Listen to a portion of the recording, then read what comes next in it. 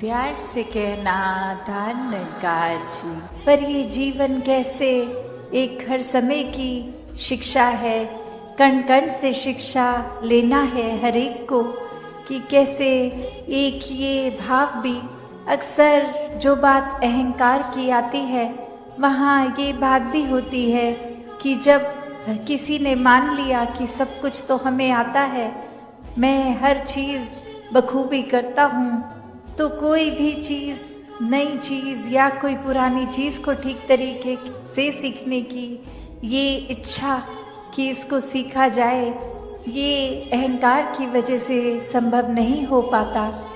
तो कैसे अपने जीवन में जहाँ हर कोई ताउम्र छात्र रूप भी बना रहे, एक वो सीखना तो है, पर क्या सीखना है उस पे गौर करें। क्योंकि पूरा दिन अगर हम देखें तो ये आँखें भी, ये कान भी, ये ज़बान भी, ये बुद्धि से भी हर तरह के ये जो हमें इनपुट्स मिल रहे हैं, तो क्या हर एक चीज़ सीख लेना समझदारी है? एक भलाई उसमें है क्या? नहीं। एक फ़िल्टर की जो बात होती है कि क्या चीज़ देखकर भी अनदेखी करनी है, क्या चीज़ों को अपनाना है, किसको छोड़ना है, वो चेतनता की बात है।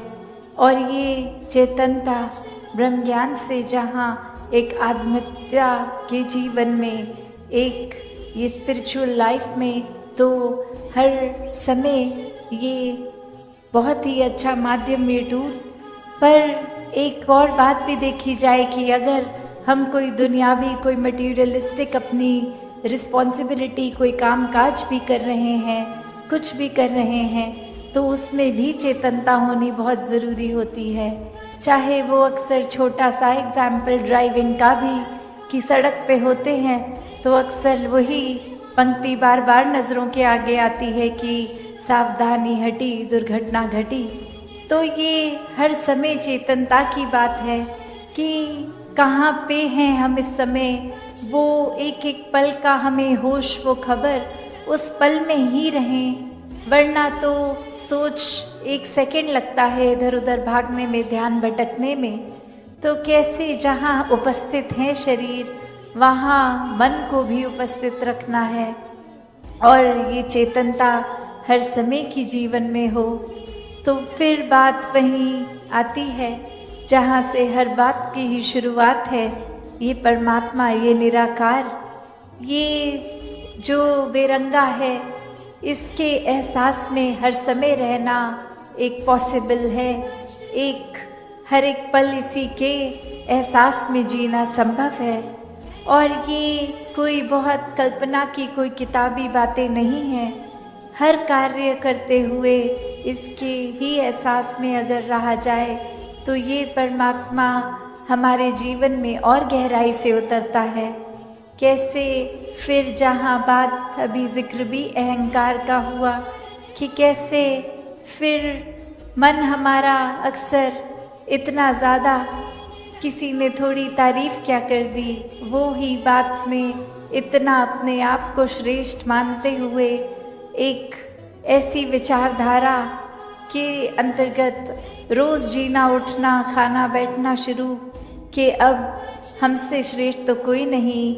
हर एक जीवन में हमने सोसाइटी में कुछ मान सम्मान पा भी लिया, तो वो क्या इसीलिए पूरा समय रहकर इस परमात्मा के लिए समय नहीं निकालना, या फिर एक चुनाव अपना है कि इस परमात्मा के प्यार के रंग में ऐसे रंगे जाएं कि कोई दुनियावी रंग फिर छू नहीं सकता।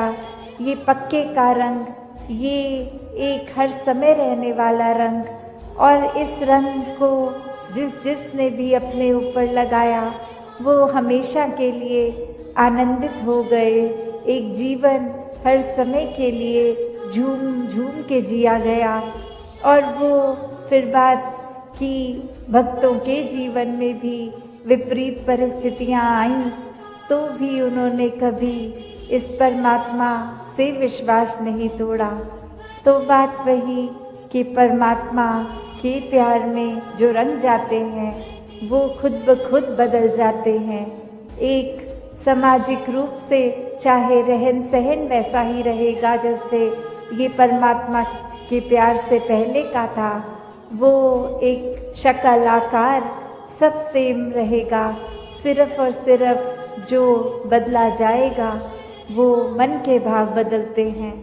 तो ऐसा ही बदलाव हर किसी के जीवन में मुबारक बदलाव होता है कि ये एक संसार में जितने भी अलग अलग प्रकार के चाहे इंसानों के साथ मुलाकात होनी और वो एक अलग अलग कल्चर बैकग्राउंड, दिखने में अलग, खान पान अलग, सब तरह से वो एक डाइवर्सिटी रूप और कैसे वो होने के बावजूद भी सब परमात्मा के साथ जो एकत्व के बंधन में हैं, तो हर एक को एक दूसरे में परमात्मा ही नज़र आता है। और कैसे फिर एक ये एकत्व ही दिल पे हर समय का, और उससे फिर कोई किसी में फ़र्क नहीं दिखता, कोई ऊंच नीच जाति पाति प्रांति कुछ भी फ़र्क नहीं, सब अपने हैं, सब ही पूजनीय हैं। तो कैसे ये परमात्मा का वास तो पूरी सृष्टि के कण कण में है और वहीं जो हर किसी में भी, और यही परमात्मा को देखना ब्रह्म ज्ञान है कि इस परमात्मा को जब हर समय के लिए ये दिखाई देगा कि हर जगह ही मौजूद है, तो फिर एक जहाँ अपनी भी चेतनता जाग उठेगी, एक जो सच्ची दात है जो भक्तों ने युगों युगों से समझाई है कि दुनिया भी एक दौलत तो आज है कल नहीं, इसने बदल जाना है, एक माया का रूप बदल जाना है, घर परिवार सोसाइटी सब बदल जाएगा, पर सिर्फ और सिर्फ एक चीज़ जो अपनी जगह में कायम दायम शुरू से थी, अभी भी है और ये संसार खत्म होने पे भी रह जाएगी, तो वो बस ये परमात्मा, ये निराकार है। तो इस निराकार को पहचान के जीवन में जहाँ फिर वो समझ भी आ जाती है कि जो कुछ इस निराकार ने दिया है उसका सदुपयोग ही करना है, किसी के नुकसान का कारण अपने आप को या किसी वस्तु को नहीं बनाना, मन में भाव हर किसी के लिए एक शुद्ध विचार रखते हुए हर किसी के लिए फिर वो मन से एक दुआ अरदास कि ये जहाँ किसी के घर में जीवन में एक स्वास्थ्य रूप किसी भी तरह का एक नुकसान हो रहा है, तो वो भी एक भक्तों का दिल तो इस तरह पिघलता है, किसी को देखकर ठीक नहीं है तो उनसे ज़्यादा उनका दर्द भक्त समझते हैं। तो कैसे ऐसे वाले जीवन को मुबारकबाद जीवन कहा जाता है। ये एक परोपकारी जीवन होता है, अपने लिए सेल्फ सेंटर्ड होके, सेल्फिश होके, ये अपने ऊपर केंद्रित नहीं, पूरे संसार की भलाई के लिए भक्त अपना जीवन लगा देते हैं, पूरी ह्यूमैनिटी, पूरी मानवता के लिए ये संसार में आकर। तो कैसे जहाँ एक मन में भी भाव होते हैं कि ये एक समान अगर नहीं भी कोई दिख रहा पर सब ही एक है, तो भाव वही कि भक्तों ने युगों से ये जो संदेश दिया है कि कैसे इस परमात्मा को जानकर फिर अपने जीवन में बदलाव आ सकता है, ये जीवन बहुत ही सहज जिया जा सकता है, ये मन एक स्थिर करके हर समय रखा जा सकता है। इस स्थिर के साथ नाता जोड़ लिया तो मन भी स्थिर। ये एक दुनियावी आंधियाँ आती भी हैं अगर, तो ऐसा ही भाव संतों ने भी हमेशा समझाया कि कैसे अपने जीवन में हर समय ये कोई भी कार्य करते हुए ये भक्ति उस समय भी की जा सकती है जब कोई काम किया जाता है, ये प्रेम भी हर समय, ये प्यार भी किया जाता है, तो भी वही एहसास मन में रहता है कि परमात्मा जब कण कण में है, हर एक में है, तो ये प्यार भी अपने आप स्वाभाविक हो जाता है हर पल में होने के लिए। और अगर किसी पल में भी हमें वो चिड़चिड़ापन, वो बेचैनी का एहसास है, तो वो समय है जहाँ हमें अपने अंदर झांक के देखना है कि अगर ऐसा महसूस हो रहा है तो ये हमारे अंदर का प्रेम, ये सहनशीलता, ये करुणा, दया, ये ऐसी विशाल मन को हमने कहीं खुद ही तो संकीर्ण नहीं कर लिया।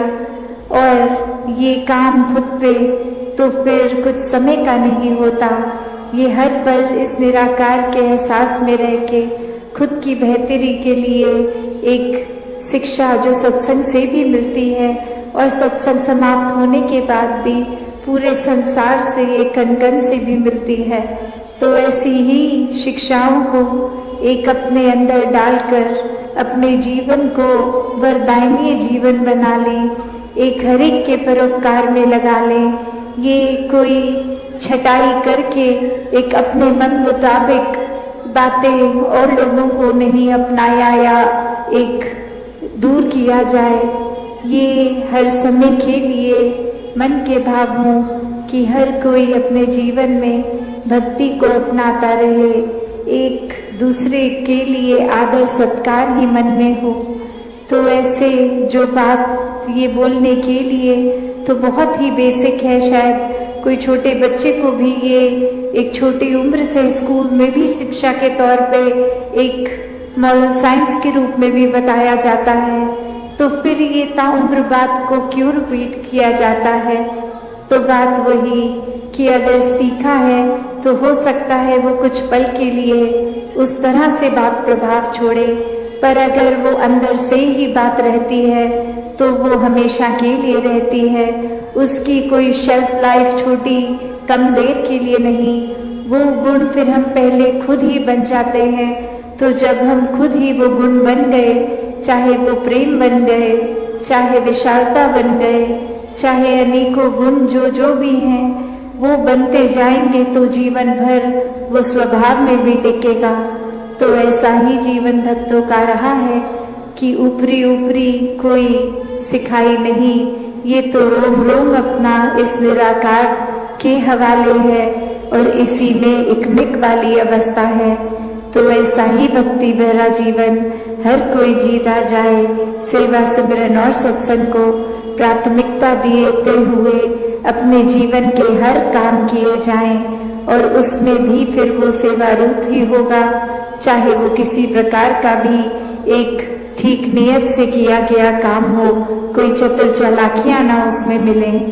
तो दातार हर एक पे कृपा करे कि हर एक के दिल और कोमल होते जाएं, हर एक के मन के भाव और शुद्ध होते जाएं, हर कोई निष्काम भाव से सेवा करता जाए, एक पूरे संसार के लिए ही एक हमारा एक कंपैशन भी मन में हो, और उसी तरह फिर ये पूरे समाज के लिए, संसार के लिए अपनी कंट्रीब्यूशन वो पॉजिटिव हर कोई देता जाए कि कैसे अपने जीवन में हर पल ये चलते ही जाना है। ये एक स्टैटिक, एक अपनी जगह थम के ये जीवन नहीं जिया जा सकता, और कैसे ये स्थिर जीवन होते हुए भी ये जो मूवमेंट की बात, कि ये चलते रहने की बात, वो बात यही कि इस निराकार, इस दातार को जीवन में बसाना होगा। इसको जानकर, इसको मन में हर समय जो बसा लेते हैं, उन्हीं का जीवन फिर एक उस पेड़ की तरह जिसकी जड़ें इतनी मजबूत की अपनी जगह पे तूफान आने पे भी स्थिर, और फिर भी वो एक नदी की तरह बहते रहना, चलते रहना इसी निराकार में। तो ऐसे जीवन को संत हमेशा जी कर दिखाते हैं कि कैसे कोई भी सिचुएशन हमें उस तरह से उनके काबू में नहीं आता। एक भक्त तो बस इस निराकार के ही रंग में होता है, और फिर चाहे कुछ भी आसपास चल रहा हो, ये एक बेपरवाह मन की तरह ये हमेशा निराकार में रमता हुआ हर सिचुएशन को आराम से भक्त निकाल लेता है। तो एक कहानी भी दासी ने एक बार पढ़ी, जहाँ एक जगह पर एक इंसान को पता लगता है कि यहाँ कोई बहुत ही एक वाइज इंसान एक आए हैं जो बहुत ही एक सूझवान है, और उनके पास जाकर वो कहते हैं कि आपको मुझे पता है बहुत और भी मिलने आ रहे हैं, मैं ज़्यादा समय नहीं लूँगा, बस एक ऐसी कोई शिक्षा जो आप जीवन में कोई मुझे 1-8 मिनट में देकर समय बचा ले, अपना भी और हमारा भी। तो ऐसी क्या वो एक अमूल्य बात होगी जो 1 मिनट के अंदर एक शिक्षा जीवन भर की बन जाए। तो वो इंसान कहता है कि बस मूव ऑन, चलते चलो। और अब वो व्यक्ति ये सोच रहा है कि मैंने तो सुना था ये बहुत ही एक गहरे इंसान है, बहुत ही सूझवान है, वाइस है, और 1 सेकंड का समय क्या ले लिया इन्होंने, तो बस मूव ऑन बोल दिया। तो ये तो जाने को बोल रहे हैं मुझे, मेरे से बात नहीं करना चाह रहे। और अभी इसी सोच विचार में वो इंसान 2 कदम पीछे होके उनसे सोचने ये बात लगा, और फिर 1-2 व्यक्ति और इस दौरान आके उस इंसान के प्रति अपने भाव रखते गए, चलते गए। और अब वो इंसान वहीं उस बात में अटक गया कि ये मुझे जाने को क्यों कह रहे हैं, और फिर से एक बार हिम्मत करके कहते कि अब ये आपने जो बात कही थी, ये बात आपने मुझे क्या कहा था कि मैं चला जाऊं, ये मूव ऑन करने की बात। और अब वो बुजुर्ग कहते हैं कि आप तो मेरी उस बात से भी अभी तक मूव ऑन नहीं हो पाए। तो ये कंपैरिजंस, ये तुलना जीवन में अक्सर हर दिन ही कहीं ना कहीं दिमाग में आ जाती है। चाहे वो कंपैरिजन फिर एक अपने लाइफस्टाइल का हो कि हम किस तरह का जीवन जी रहे हैं, क्या क्या सुख साधन है हमारे पास, क्या वो सुख साधन हमारे पास जो है वो एक दूसरों से बेहतर हैं कि नहीं है, क्या ये सारी चीजें जो एक जीवन में कामकाज करते पैसे एक संभालते हुए, खरीदते हुए चीजों को, एक घर बार, एक माया रूप इकट्ठा कर बैठे हैं, क्या ये इसकी प्रशंसा की जा रही है औरों द्वारा, या फिर क्या कोई एक चीज दूसरे से बेहतर है, तब तक तो ये सुखदाई महसूस हो रहा है मन को।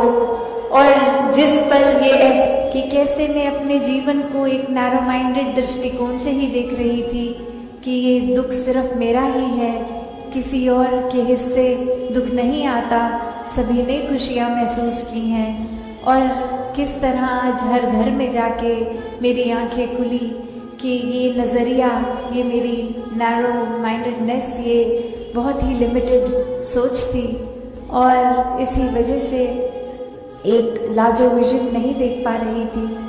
तो कैसे एक समझाने का कहानी से भाव यही कि हर किसी के हिस्से जो है वो हर एक पे डिपेंड करता है कि हमने उस परिस्थिति का क्या करना है।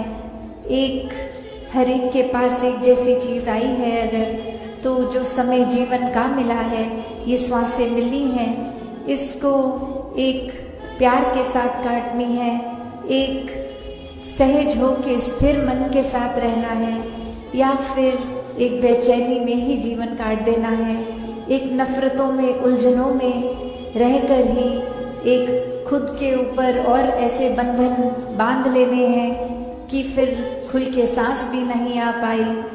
फिर तो एक दिल से दूसरे दिल तक ये रास्ता भी नहीं, एक खुद को दीवारों में इतना बांध लिया कि हर कोई फिर ऐसा दिखता है कि ये इंसान से प्यार नहीं हो सकता, इस इंसान के प्रति हम कुछ ऐसा महसूस नहीं कर सकते, ये इंसान तो सिर्फ एक कमियों का भरा हुआ है।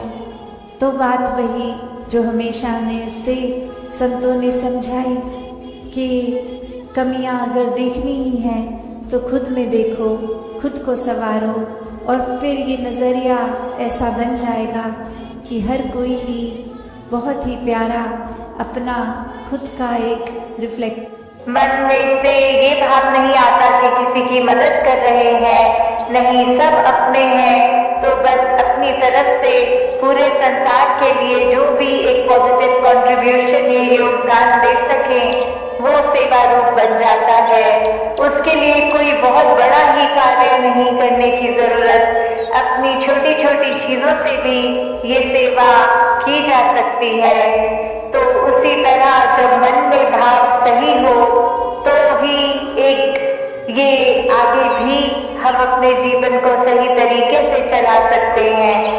तो एक कहानी भी ये सत्संग रूप जैसे होता है, किस तरह से सत्संग में हमने अपने आप को टिकाना है और हम जहाँ सभी ने ये भाव संतों के श्रवण किए कि कैसे जीवन में जो एक माया से अगर जुड़ेंगे, एक सुकून अगर वस्तुओं को या परिस्थितियों को बनाएंगे तो वो बदलाव तो आना ही है, और जो आज सुकून दे रहे हैं कल वो एक परेशानी का कारण भी बन सकते हैं।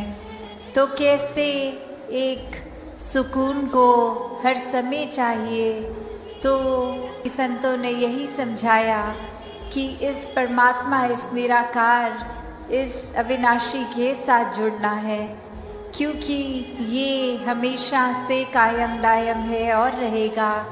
इसके साथ कोई बदलाव होगा नहीं, ये बिल्कुल हूबहू जैसा है वैसा ही है, वैसा ही था वैसा ही रहेगा। तो ये परमात्मा के साथ अगर हम अपना एक पहचान करके पहले फिर इसके साथ प्यार के बंधन में रहेंगे, एक इसको हर समय महसूस करते हुए, एहसास करते हुए रहेंगे, तो फिर ये जीवन वाकई ही कोई भी परिस्थिति का मोहताज नहीं है। फिर तो हर समय ये आनंद, ये सुकून ही जीवन में है, ये शांति, ये कामनेस, ये ब्लिस, हर समय एक यही एहसास। फिर चाहे तन स्वस्थ हो या अस्वस्थ, एक ये सुकून मन का वैसा ही कायम दायम रहेगा। तो ऐसा जीवन संतों ने समझाया है कि ऐसा जीवन जीना एक पॉसिबल है, हर एक के लिए ऐसा जीवन जीना एक मुनासिब है। तो कैसे इसको जिए, तो बात वही कि परमात्मा से जुड़ के हर समय के सुकून में रहें। और अब अगर आगे सोचें कि ये ब्रह्म ज्ञान भी जीवन में आ गया, एक निराकार के एहसास में भी रहने लगे, सेवा सुमिरन सत्संग भी करने लगे, पर एक मन का बदलाव अगर नहीं है तो फिर ये ज्ञान भी मन में नहीं टिकता। और मन से जुड़ी हुई जो पहली चीज़ आती है वो अहंकार तजना, वो एक समर्पित भाव, मन को एक अपने होने के इस एहसास से हटना होगा और इस परमात्मा के लिए हमेशा अर्पित रहना है, एक सेवा में अर्पित रहना है। तो ये सुकून यहाँ समर्पित होने के बाद जो मिलता है, तो कैसे समर्पण के साथ सुकून। तो अपने जीवन में जहाँ हम समर्पण की बात करते हैं, तो ये समर्पण कैसा समर्पण है। एक समर्पण सिर्फ ये तो नहीं कि कभी अक्सर जीवन में हम देख लेते हैं, हम कह देते हैं कि हमसे कोई सीनियर है, वो कुछ ऑर्डर्स दे रहे हैं और हम करते चले जा रहे हैं। अक्सर किसी ना किसी प्रोफेशन में देखा है, ऑफिसेज में या किसी भी सर्विस में, तो एक सीनियर का ऑर्डर मान लेना, या फिर कोई अथॉरिटेटिव पर्सन, कोई टीचर, कोई और इस तरह से जो हम पे कोई बात करते हैं और वो मान लेना, वो अक्सर ये रूप उसका समर्पण का नहीं बन पाता, क्योंकि ये रूप तो वो डर से है कि वो जो कह रहे हैं वो करना ही होगा, वरना नौकरी से निकाल दिए जाएंगे, वरना फिर कोई और इस बात की रेपकशन हो सकती है। तो एक वो बात मानना वो हर प्रोफेशन में हो जाता है, पर मन वहाँ समर्पित नहीं होता। वो किसी भय के कारण या किसी और अन्य कारण से समर्पण होता है। तो यहाँ समर्पण होना मतलब एक दिल में प्रेम को रखते हुए प्रेम से समर्पित होना, ये प्यार से अपने आप को खोकर सिर्फ इस परमात्मा का होकर, ये समर्पित भाव मन का अगर इस तरह का समर्पण है तो वो मुबारक समर्पण है। तो कैसे एक अक्सर बात ये होती है कि हमने समर्पण अगर कर दिया तो ये जो इतने सालों में अक्सर अगर हम सोच के भी देखें कि छोटी उम्र से ही पढ़ते लिखते एक डिग्रियां मिल गई, एक हमें कोई और उपाधि मिल गई, तो ये कमाने के लिए चाहे कितने वर्ष लग गए, पर जब समर्पण की बात आती है, अहंकार को तजने की, अहंकार गंवाने की, तो उसमें उतने ही साल नहीं लगते। ये तो एक पल में ही समर्पण हो जाता है।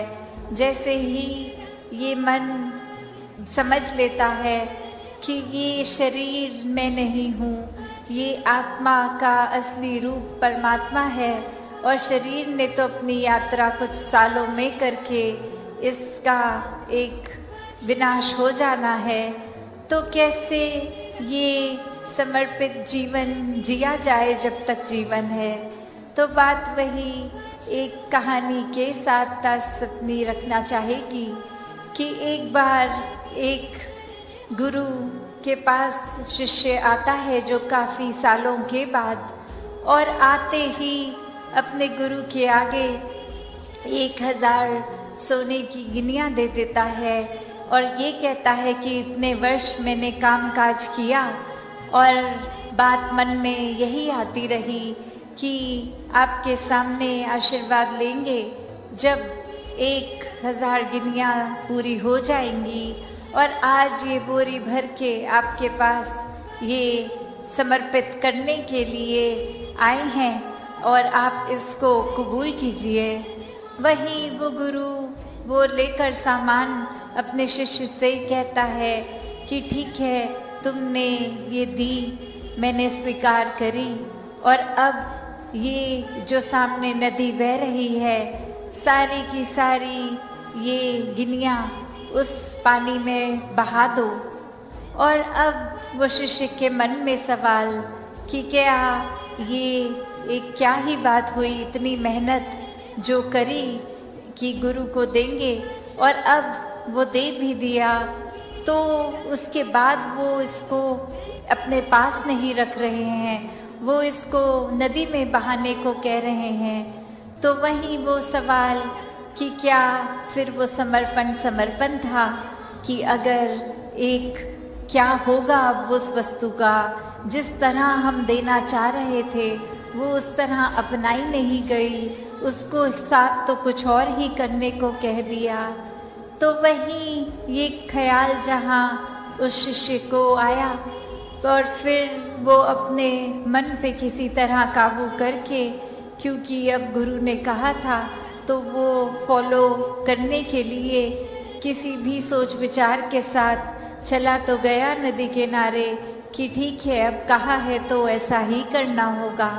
और वहीं काफ़ी देर हो गई और अब गुरु भी इंतज़ार कर रहा है कि ये इतनी देर से लौट के नहीं आया, इतनी देर क्यों लग रही है वो उसको वो सिक्के नदी में बहाने के लिए।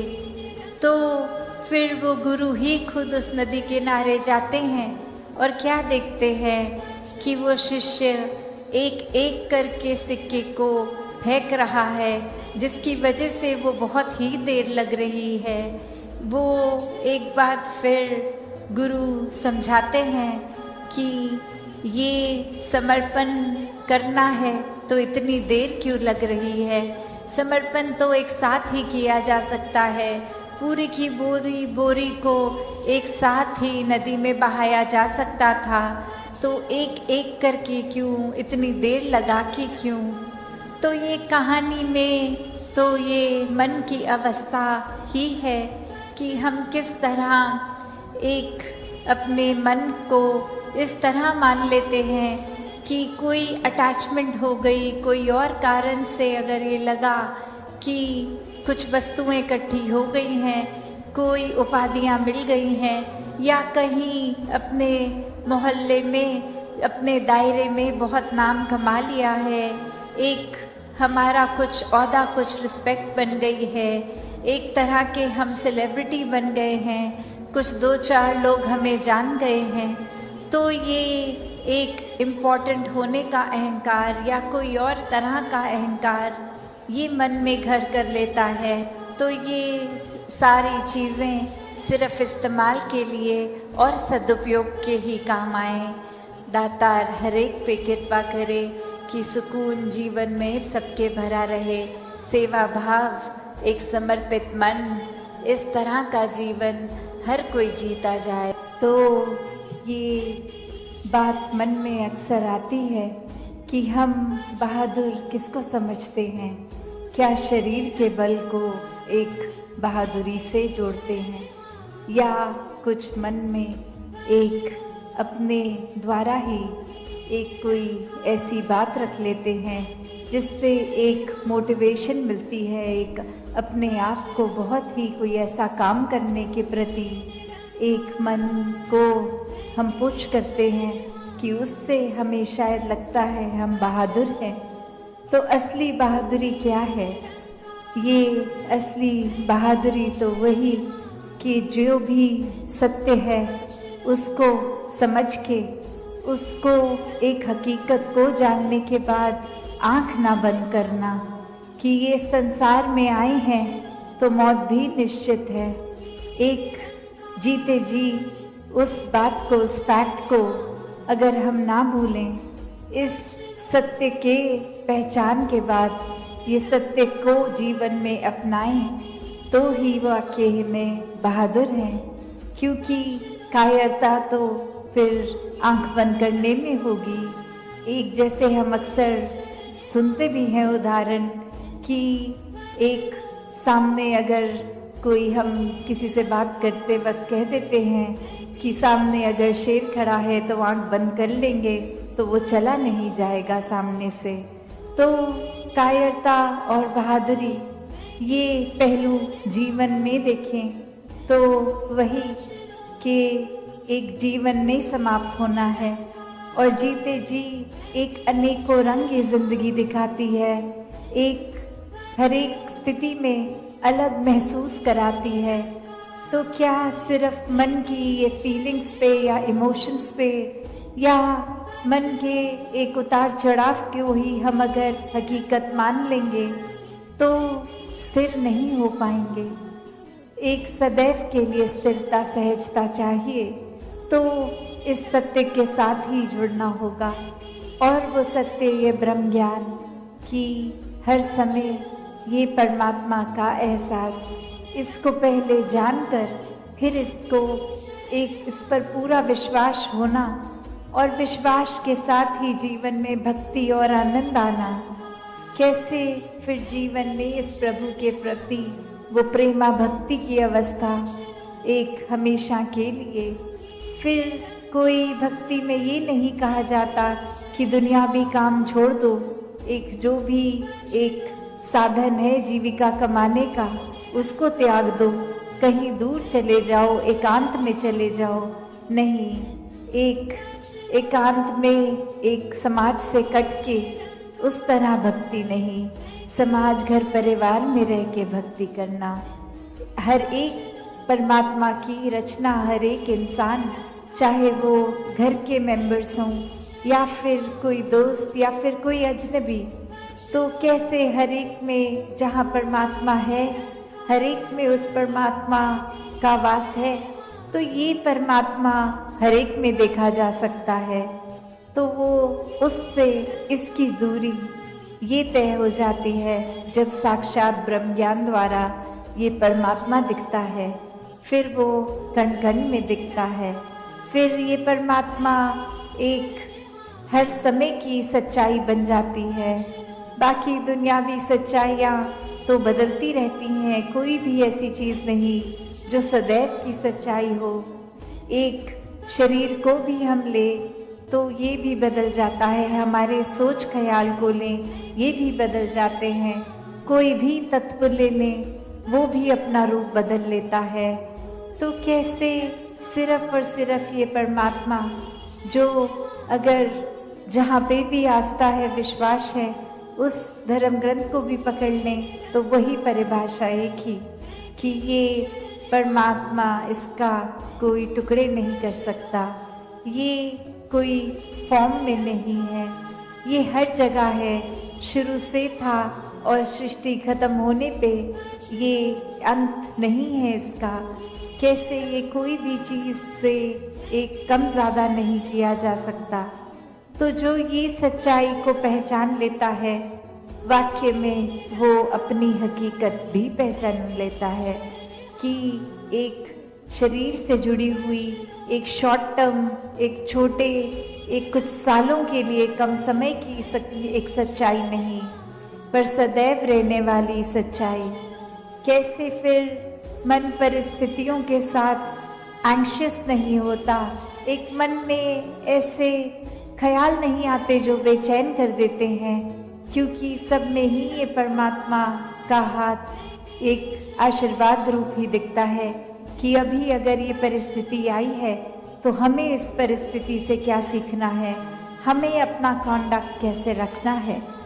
तो हर किसी चीज़ में जब एक हम कण कण से शिक्षा ले लेते हैं तो वाकई ही परमात्मा का एहसास कण कण में हुए, और ये एहसास कोई भी चीज़ से हो सकता है।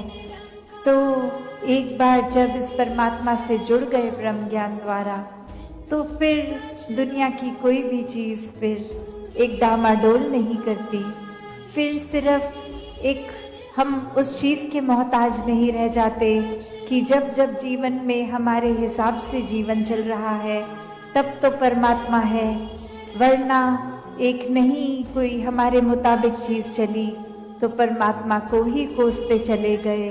परमात्मा से ये मन की एक शक की बात कि परमात्मा हो भी कि नहीं हो, अगर हो तो हमारी क्यों नहीं सुनते हो, एक हमारे ही शरीर में क्यों तकलीफ दी, एक हमें ही कोई धनहीन क्यों रखा, एक हमें ही ऐसी परेशानियां जीवन के इतने पड़ाव पे इतनी लगातार क्यों दी। भक्त तो जानते हैं कि परमात्मा का होना ही सच्चाई है, परमात्मा द्वारा हर पल जीवन का ये प्रसाद रूप है, इसको अब कैसे निभाना है वो हम पे है। एक हमारी चेतनता, उसको प्रयोग में लाना है कि कैसे एक कर्म जहाँ करने की आज़ादी है वहाँ किस तरह चुनाव करना है कि किस समय में कौन से कर्मों को करना है। और उत्तर बहुत ही सरल कि हम कर्म भी सत्संग जी प्रेम से कहना। सत्संगत जब सत्संग में आते हैं तो हमें ऐसे ही सार गर्दिक शब्द सुनने को मिलते हैं जो वाकई हमारे जीवन को रिफ्लेक्ट करते हैं। एक जीवन की जो सार है वो हमारे सामने रखते हैं, और जीवन की सार जो महापुरुषों संतों ने युगों युगों से बताया है कि वाकई ही सार कह लें, निचोड़ कह लें, कि निचोड़ यही निकाला है कि इस दुनिया में, इस संसार तक ही सीमित रह के ये जीवन का सफर तय होता है। जो ये निराकार पारब्रह्म परमात्मा है, इससे नाता जोड़कर ही हमें ठहराव मिल सकता है। इसी के साथ नाता जोड़ के ही आनंदित हम रह सकते हैं। इसी को ही हमने जीवन में विशेषता और प्राथमिकता देनी है, और इसी के द्वारा ही कल्याण होता है। आत्मा का भी कल्याण उद्धार इसी के कारण है, इसी का बोध हासिल करने के कारण है, और जीवन में भी सहजता इसी के कारण है, क्योंकि सहज भी यही है। मोक्ष और मुक्ति भी इसी से है, आनंद इसी से ही है, प्रेम का स्रोत यही है। यानी कि आधार और केंद्र भक्तों ने इसी को माना है, और इसी तरह से ये फैसले दिए हैं कि वाकई जीवन का सार तो यही है कि ये संसार बना है, बिगड़ता है, ये अस्तित्व में आता है, मिटता है, ये हमेशा रहने वाला नहीं है। ना ये संसार रहता है, ना संसार में जो जन्म लेते हैं, अस्तित्व में आते हैं, वो भी शाश्वत नहीं है। तो इसलिए यहाँ पर शहंशाह बाबा अवतार सिंह जी भी यही बता रहे हैं कि इंसान अक्सर यही भ्रम कर लेता है कि जो क्षण भंगुर है उसको शाश्वत वाला दर्जा दे देता है। वो ये मान लेता है कि ये सच्चाई है, ये कायम रहने है, और जो शाश्वत है, जो सत्य है, उसको मिथ्या मान लेता है। लोग हैं, चाहे वो जापान जैसे मुल्क में हैं या किसी और मुल्क में हैं, कितने ही नॉन बिलीवर्स हैं, कितने ही एथिस्ट हैं, कितने नास्तिक हैं, जो इस प्रभु परमात्मा के अस्तित्व में यकीन ही नहीं रखते हैं। यानी कि वही बात महापुरुष कहते हैं कि जो सत्य है उसको मिथ्या मान लेते हैं। यानी कि ऐसे लोग इसको मिथ्या मान लेते हैं कि ये कुछ भी नहीं है, नथिंग लाइक इट, ऐसा कुछ भी नहीं है। और जिसको शाश्वत मानते हैं, जिसको हकीकत मानते हैं, तो वो वास्तविकता में महापुरुषों ने कहा ये तो ढलती परछाइयां हैं, ये तो एक स्वप्न के मानिंद माना है कि वाकई ये सपने के समान है। जैसे सपने में भी एक भ्रम वाला ही समय बीत रहा होता है, जो हकीकत नहीं है वो हम सपने में देख रहे होते हैं, महसूस कर रहे होते हैं, वो सच्चाई होती नहीं है। लेकिन उस वक़्त तो हम उसी को ही सत्य मानकर चल रहे होते हैं। इसीलिए उस सपने को देखते देखते भी हम पीड़ा भी महसूस कर रहे होते हैं, हंस भी रहे होते हैं।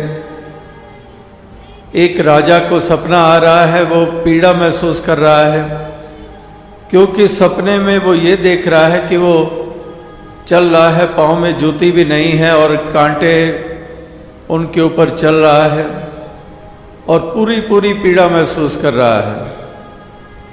लेकिन वो हकीकत और सच्चाई तो नहीं थी। वो तो एक राजा नंगे पांव तो क्या कितने कितने जोड़े जूते के भरे पड़े हैं, कोई सा भी पहन ले, लेकिन सपने में वो हकीकत नजर आ रही है, इसलिए उसका असर भी पूरा पूरा ले रहा है। तो इसी प्रकार से यहाँ पर शहंशाह बाबा अवतार सिंह जी भी वही कह रहे हैं, जो युगों युगों से महापुरुषों, संतों ने, बलियों, गुरु पीर पैगंबरों ने संसार के सामने जो पहलू रखा कि वाकई ही ये संसार जो है ये कायम दायम रहने वाला नहीं है, ये आने जाने वाला है, ये हमेशा रहने वाला नहीं है। हमेशा रहता है ये प्रभु परमात्मा ईश्वर निराकार, और यही है जो सारे संसार का आधार है। इसलिए कहते हैं कि इसको विशेषता जो देता है, इस एहसास के साथ जो जीवन के सफर को तय करता है कि बाकी सब कुछ मिट जाना है, कि बाकी सब कुछ मिट जाता है, ये हमेशा रहता नहीं है। अगर लहर और सागर की बात जैसे हम दोनों की तुलना करें तो लहर और सागर, लहर हालांकि उठी सागर से ही है, लेकिन लहर कितनी देर के लिए? लहर उठी है, अभी ठीक से देख ही नहीं पाते।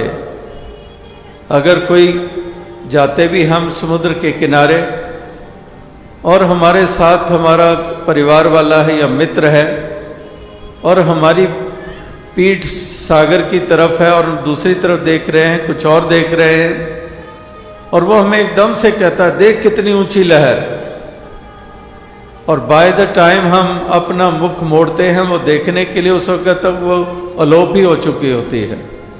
बस इतनी सी ही उम्र उस लहर की, अभी उठी है और मिट भी गई है।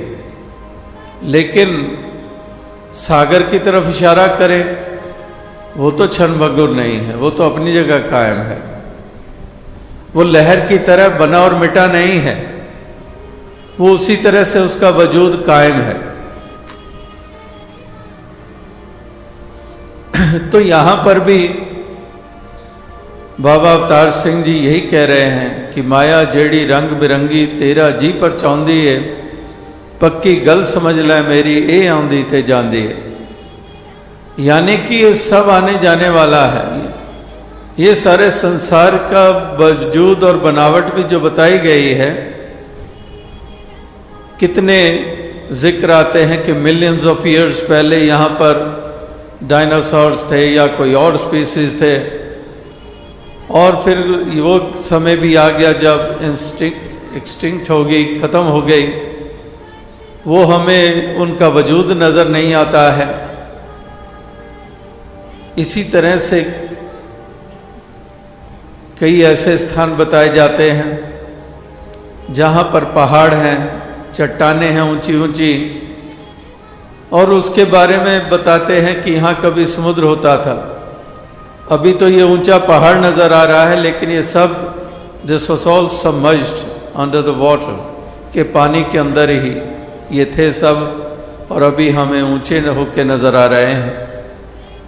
यानी कि कहाँ पर एक सरीका हर चीज रहती है, हर चीज में ही अंतर होता चला जा रहा है।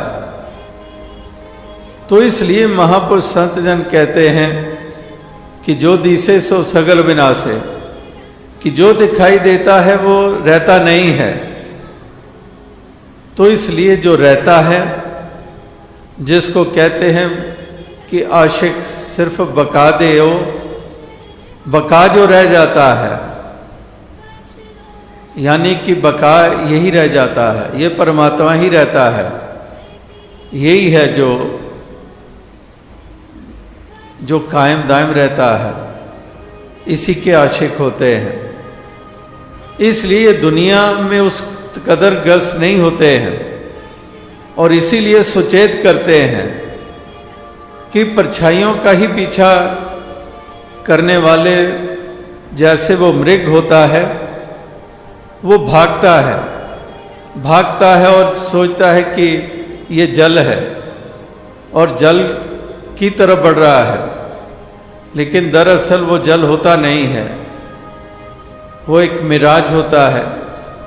वो इस प्रकार से उसको महसूस हो रहा होता है, लेकिन वहाँ पर कोई पानी नहीं होता है, जल नहीं होता है। और जब तक उस जगह पर पहुँचता है, वो पानी कहीं और आगे नजर होना शुरू हो जाता है, और 4 कदम धरता है, वो पानी और आगे नजर होना शुरू हो जाता है। यानी कि वो एक हकीकत नहीं होती है, वो सच्चाई नहीं होती है। तो इस तरह से वो भ्रम में ही भागता रहता है। इसी तरह से महापुरुष संत जन भी कहते हैं कि संसार से अगर तू वो आस रख के बैठा हुआ है, जितना बढ़ता है वो और दूर हाथों से निकलता जाता है। जहां पर तू ये मानकर बैठता है कि यही साधन है जिससे मुझे सुख मिलने वाला है, लेकिन वो भी साधन शाश्वत नहीं है,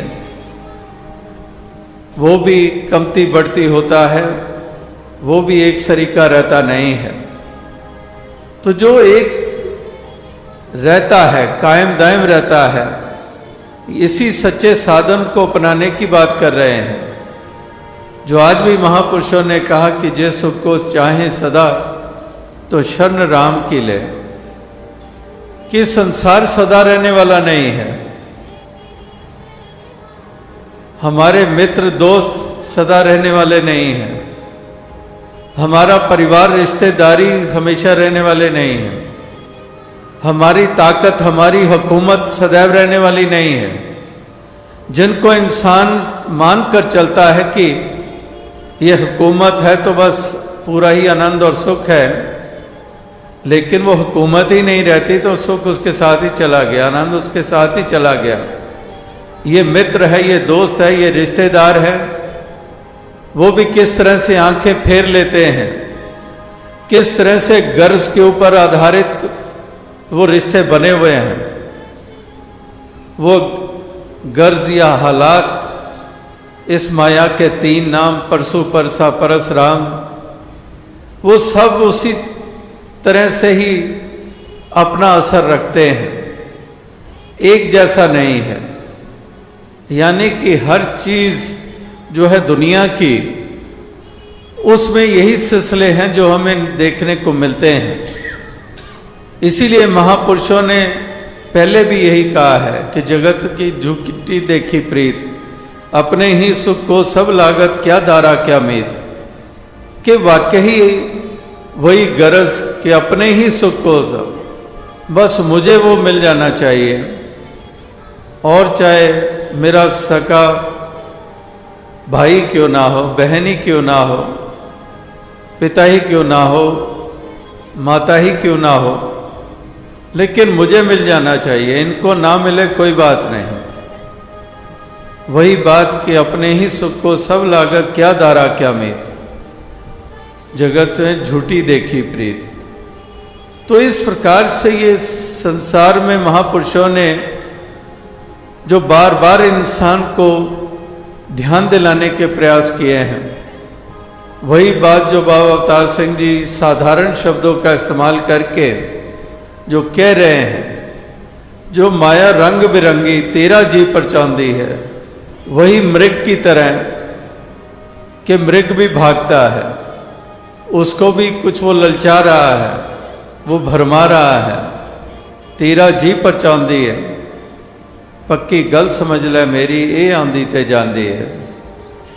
यानी कि वो सच्चाई, वो हकीकत नहीं है, वो सच्चा आधार नहीं है, वो शाश्वत वाला साधन नहीं है।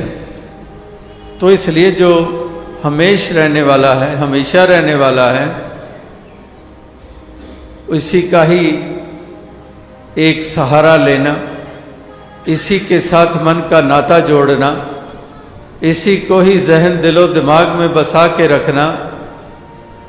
यही महापुरुषों ने कहा कि यही एक हमारी सच्ची अवेयरनेस है, एक सच्ची जागृति यही है। अगर हमने ये बात समझ ली, अगर ये हमने जान लिया, तो फिर वास्तविकता में हम उस भ्रम से ऊपर उठ जाते हैं और हम आनंद के पात्र बन जाते हैं।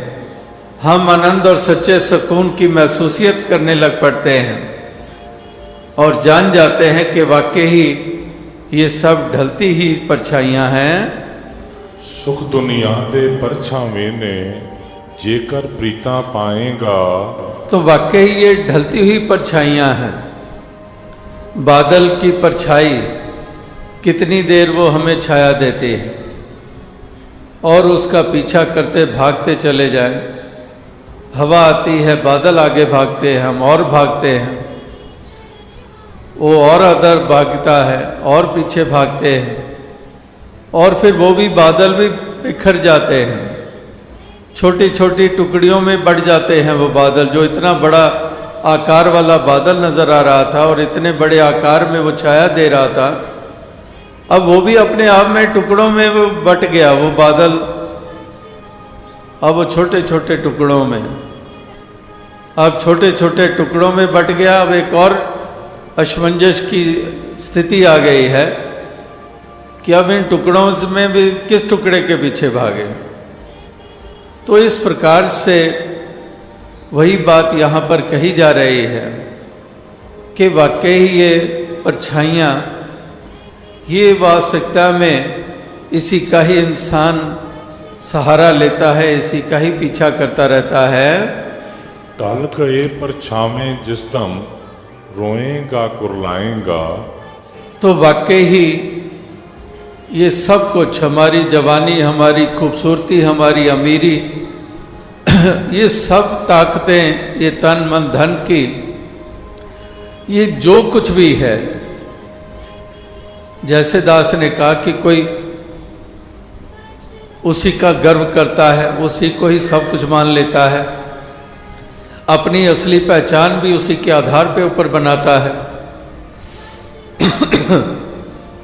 मैं हुकूमत वाला हूं, मैं हाकम हूं, तो कहते हैं कि उसी को इतनी विशेषता दी तूने, लेकिन वो भी हुकूमत भी कहाँ हमेशा रही।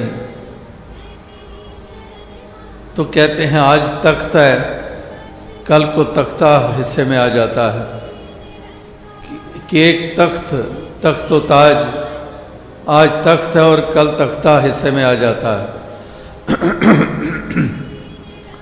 तो वही बात महापुरुष समझाने के प्रयास करते हैं कि वाकई ही ये दुनिया के सिलसिले ऐसे ही हैं, लेकिन एक और भी हैं जिनको साम्राज्य मिला है, जो हमेशा के लिए उनको राज मिल गया।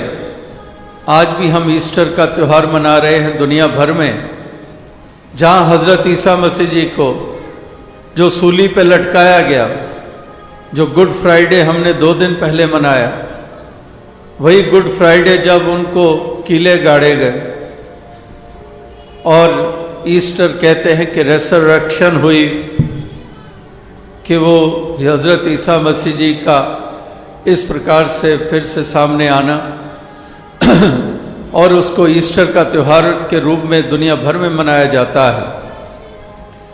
यानी कि उसी को देखें कि सूली पे लटकाने वाला राजा जिसने हुक्म दिया, उसका तो नामो निशान मिट गया, लेकिन जो साम्राज्य हजरत ईसा मसीह जी के हिस्से में आया कि सूली पे लटक जाने के बावजूद उनका राज्य आज तक कायम है। यानी कि वो ढलती हुई परछाइयों वाला सिलसिला नहीं है, वो खूबसूरतियां भी ढल जाती हैं, हुकूमतें भी ढल जाती हैं, शरीर की ताकतें भी ढल जाती हैं, ये सब कुछ ढल जाता है। तो महापुरुष कहते हैं कि वाकई ही इसी से ही हम अंदाज़ा लगाएं। एक और इसी का बयान किसी शायर ने दिया कि एक बड़े साम्राज्य वाले बड़े राजा महाराजा भी कि अपने जो उनका आसन होता है, सिंहासन होता है, कि वो अपने सिंहासन पर भी मुरझा जाते हैं, और किस प्रकार से जो ऐसे हैं जो सलीबों और सूली पे भी एक खिल उठते हैं।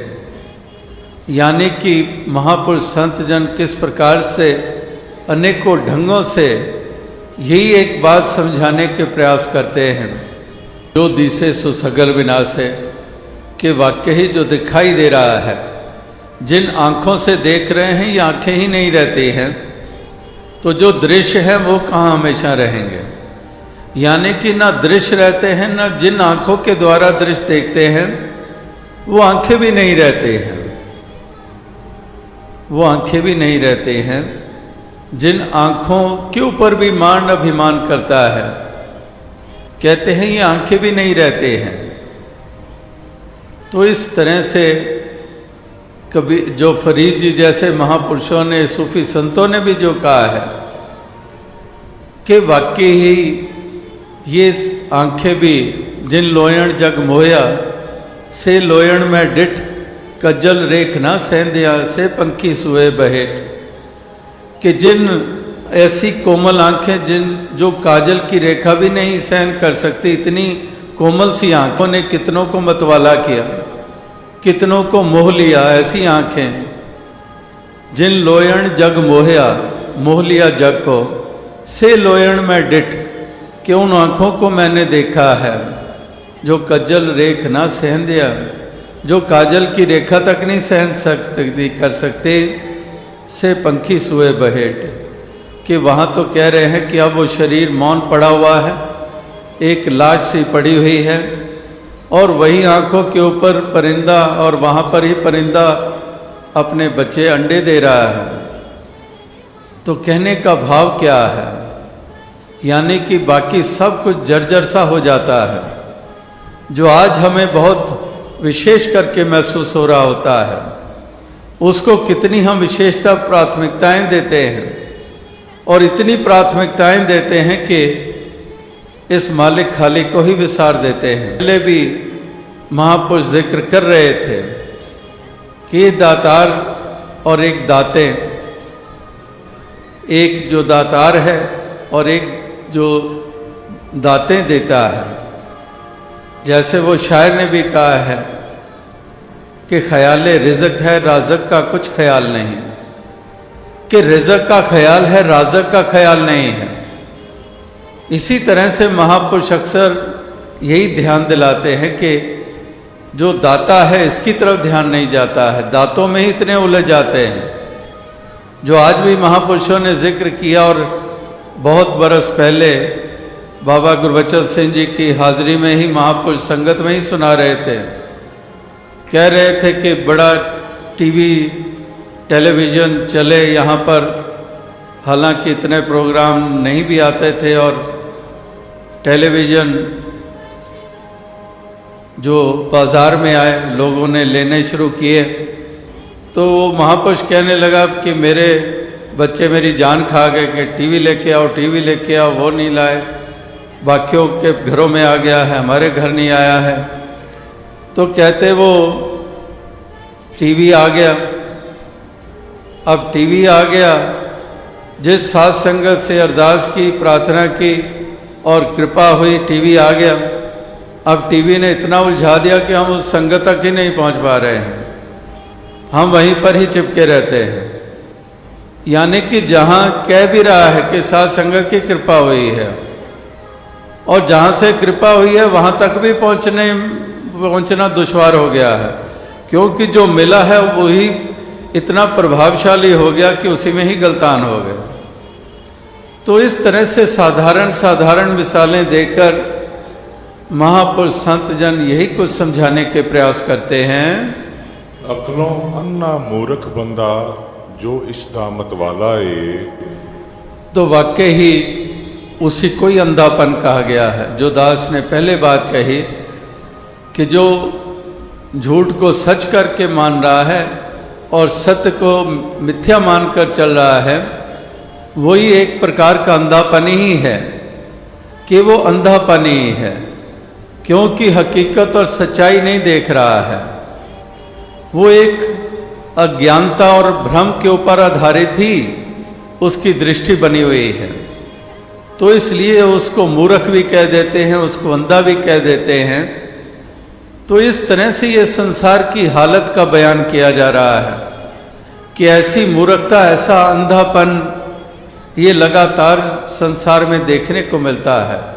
हालांकि ये आंखें हैं, दृष्टि, ये वाली आंखें जो चेहरे पे लगी हुई हैं, ये आंखें हैं, लेकिन आंखें होने के बावजूद अंधापन है, क्योंकि जो असल में आंखें हैं वो नहीं है। और उधर सूरदास के पास ये आंखें नहीं हैं। ये हरा पीला लाल सुंदरता, ये पहाड़, कुदरत, कायनात, ये नज़ारे सुंदर नहीं देख पा रहे हैं। वो आंखें नहीं हैं सूरदास के पास, लेकिन जो आंखें हैं वो सच्चाई देख रही हैं, वो हकीकत देख रही हैं। तो आओ साथ संगत, अंधापन क्या है, असली नजर क्या है, मृतक कौन है और जीवित कौन है, ये सब महापुरुषों ने परिभाषाएं बताई हैं। और यहां पर भी उसी परिभाषा के अनुसार ही बताया जा रहा है कि वाकई ही अंधापन यही है जो इंसान की अवस्था है, इंसान किस दृष्टि से देखता है, इंसान की प्राथमिकताएं क्या है, इंसान किस चीज़ को विशेषता देता है। तो वहीं पर ही ये साबित होता है कि आँखों वाला है ये या फिर अभी भी अंधकार ही छाया हुआ है। तो इस तरह से ये महापुरुष संत जन यही इंसानों को युगों युगों से संदेश और पैगाम ये देते आ रहे हैं कि वाकई ही जो सहजता हमारे जीवन में आनी है वो इसी शाश्वत के कारण आनी है, इसी का आधार लेने से ही होना है ये संभव। तभी ये सब्र और संतोष भी हमारे जीवन में आना है, क्योंकि इसी को ही हम विशेषता देते हैं। चलदे नाल प्रीतां लाके आखिर रोना पैंदा ए। तो आओ साथ संगत, ये एक चलायमान है संसार।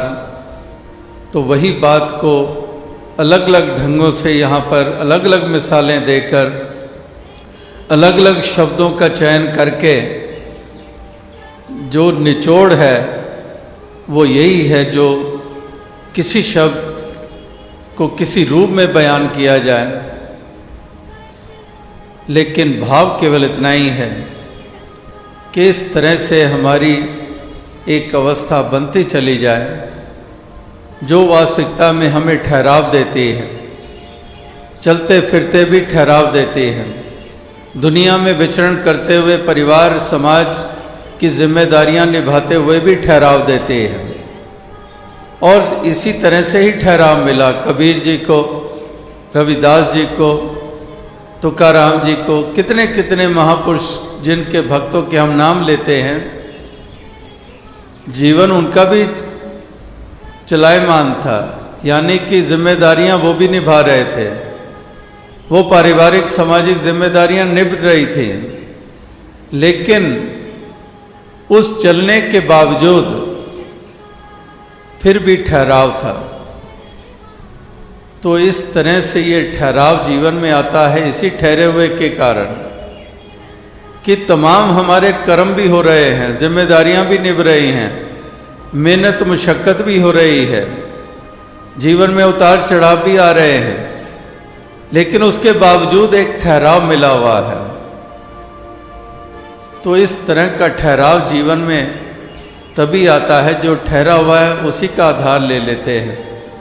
जब उसी को ही हम विशेषता देते हैं कदम कदम के ऊपर, तो हमारी जीवन में ठहराव आता है, हमारे मन को वही ठहराव मिलता है और हमारे जीवन में वो सहजता आती है। तो वही बात कि रेत जैसे होती है मुट्ठी में बांधी हुई और कैसे वो रेत सरक जाती है मुट्ठी में से, इसी प्रकार से एक एक श्वास हमारा हाथों से निकलता जाता है।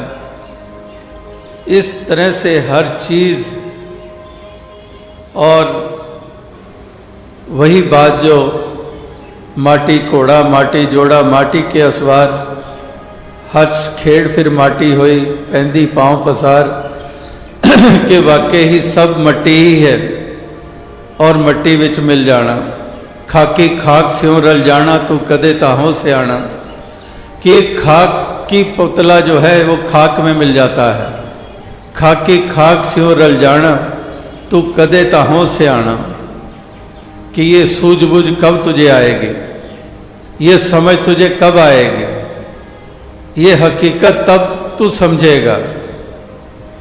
तो इस तरह से यहाँ पर भी यही समझाने का प्रयास कि खाकी खाक स्यों रल जाना तू कदे ताहो से आना। हस खेड़ फिर माटी होई और पैंदी पांव पसार, माटी कोड़ा माटी जोड़ा माटी के असवार, कि सब कुछ ही मट्टी तो बताया है, एक खाक ही बताया है। तो इसलिए ये हकीकत अगर ध्यान में रहती है, ये सच्चाई का एहसास अगर रहता है, तो ना अहम के शिकार होते हैं और ना इसमें गलतान होते हैं, ना इन सभी चीज़ों में खचित होते हैं। वो न्यारापन बना रहता है, वो जल में कमल के फूल मानिंद वो अवस्था रहती है कि जल में रहकर जल से न्यारा, कि साधु रह के दुनिया अंदर वांग कमल दे न्यारा रहे, कि कमल के मानिंद वो जल में रहकर भी जल से न्यारा है। तो यही न्यारापन ये महापुरुष संत जन ही संसार में दर्शाते हैं कि किस प्रकार से वो इससे न्यारे रहते हैं। ये प्राप्त होना, कुछ खो जाना, यश मिल जाना या अपयश प्राप्त हो जाना, तो उस सभी चीज़ों में से गुजरते हुए वो अपनी अवस्था को सहज जो बनाए रहते हैं, वाकई उनकी कितनी महानता होती है। जो नर दुख में दुख नहीं माने, सुख स्नेह और पहने जाके कंचन माटी माने, कि ना एक निंदा का असर ना यश का असर, जे लोग सलाहें ता तेरी उपमा, जे निंदेता छोड़ ना जाए। कि इस प्रकार से श्लाघा होती है तो आपे से बाहर नहीं हो जाता है, अभिमान में नहीं आ जाता है, अहंकार में नहीं आ जाता है, इतना फूल नहीं जाता है कि दूसरों को नीची दृष्टि से देखने लग पड़े। जे लोग सलाहें अगर श्लाघा हो रही है उसका भी असर नहीं ग्रहण करता है, क्योंकि वो श्लाघा ये जानता है कि प्रभु की ही है, कि मालिक की ही है, इसी की ही कृपा है, मेरा तो कोई वजूद ही नहीं है, मेरा तो कोई अस्तित्व ही नहीं है। तो इसलिए श्लाघा है उसका भी असर नहीं करता है। यश हो रहा है, प्रेज हो रही है, तो उस प्रेज को प्राप्त करके भी किसी भ्रम में नहीं आ जाता है, उसमें कर्ता भाव नहीं आ जाता, अभिमानी नहीं बन जाता है। जे लोग सलाहें ता तेरी उपमा, जे निंदेता छोड़ ना जाए। अगर कोई निंदा करता है तो इतना मायूस भी नहीं हो जाता है और कहीं घर बैठ जाए कि मेरी तो निंदा हो रही है, वो बैठ नहीं जाता है, वो उसके अपने कदम वो चलते ही रहते हैं, क्योंकि दुख और सुख से भी ऊपर है, यश और अपयश से भी ऊपर है। इसलिए वो सहजता ऐसी उसको प्राप्त हो गई है कि वो जीवन जो है उसका वो इसी प्रकार से वो चलता चला जाता है। नाल संत दे प्रीत करे जो सुख ओ सारे पालेंदा। तो वाकई ही जो संतों का संग करता है और सुख इसलिए वो प्राप्त कर लेता है क्योंकि जो संतों ने ज्ञान दिया, जो संतों ने बोध कराया, जो संत कदम कदम पर हमें एक ऐसी प्रेरणा देते हैं, मजबूती देते हैं, एक विश्वास और अकीदे को परिपक्वता देते हैं, तो इसलिए वो संत ऐसे साधन बने जिसके कारण हमें वो सच्चा आनंद मिल गया, सच्चा सुख मिल गया। वो संतों के संग के कारण ही हुआ, क्योंकि संतों ने हमें वो बोध कराया, वो ज्ञान दिया, वो उजाला दिया, वो हमारी सोच ऐसी बनाई। इसलिए इस जीवन की चाल को कैसे चलना है, कैसे हमने इन सब में से गुजरना है, वो सब ढंग, वो सलीका हमें बताया, और इसीलिए हम वो सुख की महसूसियत करते हैं। इस प्रकार से अपने साथ मिला देता है, यानी कि इस मालिक से जोड़ लेता है। और क्योंकि जो मिला रहा है वो ब्रह्म ज्ञानी है, और ब्रह्म ज्ञानी जो है और उसमें और इस मालिक के में कोई भेद नहीं है। ब्रह्म ज्ञानी का सकल आकार, ब्रह्म ज्ञानी आप निरंकार, तो इस प्रकार से वो अपने साथ ही मिला लेता है, यानी कि निराकार के साथ मिला देता है। और निराकार के साथ ही जब मिल गए तो फिर वास्तविकता में अब जो सफ़र तय हो रहा है वो सफ़र तय होता है उस दृष्टि के द्वारा जो झूठ को झूठ करके देख रही है, जो सत्य को सत्य करके देख रही है, जो मिथ्या को मिथ्या करके देख रही है, जो शाश्वत को शाश्वत करके देख रही है। तो इस तरह से वो दृष्टि मिल गई है और फिर हकीकत में ही हमारा वास हो गया है, अब सच्चाई में ही वास हो गया है, अब जीवन मुक्ति के ही हम भागीदार बन गए हैं। एक मोक्ष और मुक्ति ही हमारे हिस्से में आ गई है।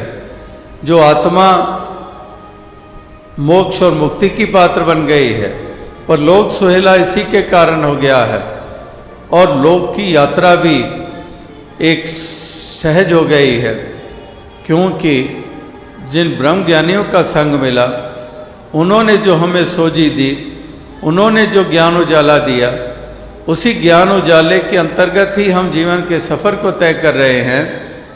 तो फिर वास्तविकता में एक हमारे जो हमारी अवस्था है वो ऊंची अवस्था हो जाती है। फिर जीवन में हम उसी सहज चाल को चलते चले जाते हैं। ये कदम फिर डगमगाते नहीं हैं, फिर हम एक्सट्रीम्स में जाते नहीं हैं। एक आज भी गौतम बुद्धा जी का जिक्र हुआ और उनकी भी शिक्षाएं जो है जब वो बताई जाती हैं तो उसमें मिडल पाथ का जिक्र आता है। मिडल पाथ का मतलब ही यही है कि एक्सट्रीम्स नहीं है वहाँ पर। वो सहज जिसको हम कह रहे हैं, सहज चाल कह रहे हैं, सहजता जिसको हम कह रहे हैं, वो वही मध्य मार्ग है। वही जो नर दुख में दुख नहीं माने, सुख ने और पहने जाके कंचन माटी माने, यानी कि वो सहज चाल है, मिडल पाथ। एक्सट्रीम्स नहीं है कि यश हुआ तो वापस से बाहर हो गया और अगर विपरीत कुछ हिस्से में आ गया तो बिल्कुल ही नीचे चला गया, बिल्कुल ही बैठ गया, कदम ही रुक गए।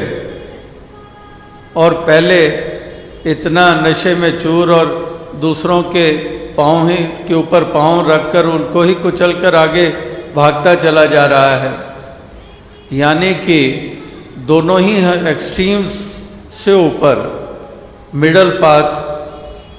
यही महापुरुषों ने कहा कि घर ही में भोग, घर जोग घर ही में, कि इस प्रकार से ये ऐसा सलीका जीवन जीने का ये भक्तों महापुरुषों को ही प्राप्त हुआ है। संत संग कबीरा बिगड़ो, सो कबीर रामे होए निबर्यो, कि इस प्रकार से संत संग कबीरा बिगड़ो, कि संतों का संग हुआ, ऐसा प्रताप हुआ कि रामे होए निबर्यो, कि ऐसा ऊंचा दर्जा हमें मिल गया, ऐसी ऊंची अवस्था मिल गई कि प्रभु का रूप ही बना दिया हमें। तो आओ साथ संगत, क्योंकि प्रभु खुद बजाते खुद आप ही इन सब से न्यारा है। इन और चीज़ां दृष्टमान ने जिसनों कहते माया है, 10वां ब्रह्म इन्हां तो वखरा इन्हां विच समाया है, कि वाकई ही वो न्यारापन जो है वो मालिक का ही है।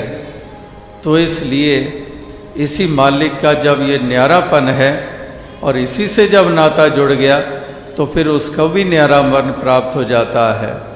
तो आओ साथ संगत, यही अरदास, यही प्रार्थना की दातार कृपा करे, सबको ऐसी तौफीक दे, शक्ति दे, सामर्थ्य दे, ताकि सभी इस सच्चाई का एहसास करते हुए इस जीवन के सफ़र को तय करते चले जाएं, जीवन का आनंद लेते चले जाएं और ऐसी सहज चाल ये जीवन की ये बनती चली जाए।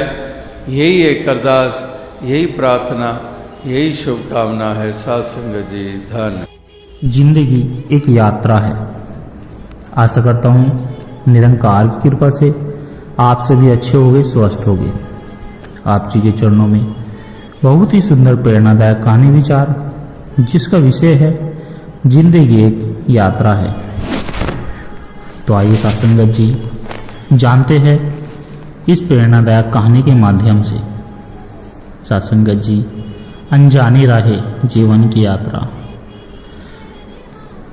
कभी रुके हो तुम एक पल के लिए, कभी रुके हो तुम एक पल के लिए, खुद से पूछा है मैं किस ओर जा रहा हूँ। क्या ये दौड़, ये थकान, ये उलझने ही मेरी यात्रा है, या फिर कुछ ऐसा भी है जिसे मैं अब तक देख ही नहीं पाया। सत्संगत जी, जिंदगी एक मंजिल नहीं है, यह एक यात्रा है। हर मोड़, हर गिरावट, हर मुस्कान, हर आंसू, सब इसके नक्शे हैं। आज मैं तुम्हें एक ऐसी कहानी सुनाने जा रहा हूं जो तुम्हें खुद से मिलाएगी, तुम्हारी यात्रा को नया अर्थ देगी। हो सकता है जब ये कहानी पूरी हो तुम वही इंसान न रहो जो अभी हो। तो आइए शुरू करते हैं। अनिकेत एक साधारण लड़का, साधारण परिवार से। उसका सपना था बहुत बड़ा आदमी बनना। स्कूल, कॉलेज, फिर नौकरी। वो दौड़ता रहा और दौड़ते हुए एक दिन उसकी आत्मा थक गई। एक रात छत पर बैठे बैठे आसमान की ओर देखते हुए उसने खुद से सवाल किया, क्या बस यही जीवन है, कमाना, खर्च करना, मर जाना? उसने तय किया वह असली यात्रा पर निकलेगा।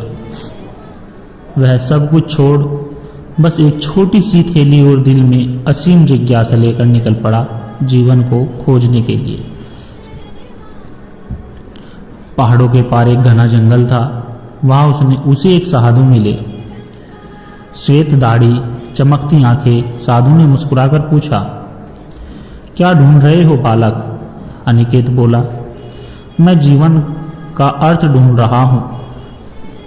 साधु हंसे और बोले, तो चलो सबसे पहले खुद को खोदो।